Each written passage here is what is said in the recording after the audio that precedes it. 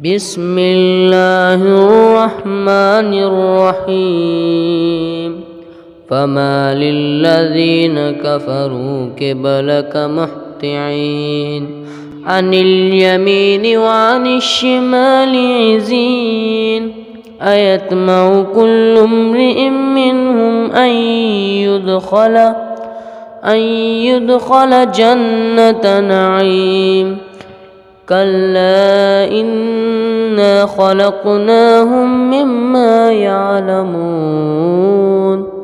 فلا أقسم برب المشارق والمغارب إنا لقادرون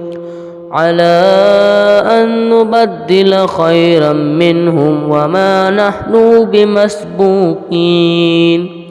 فذرهم يخوضوا ويلعبوا حتى يلاقوا يومهم الذي يوعدون يوم يخرجون من الأجداث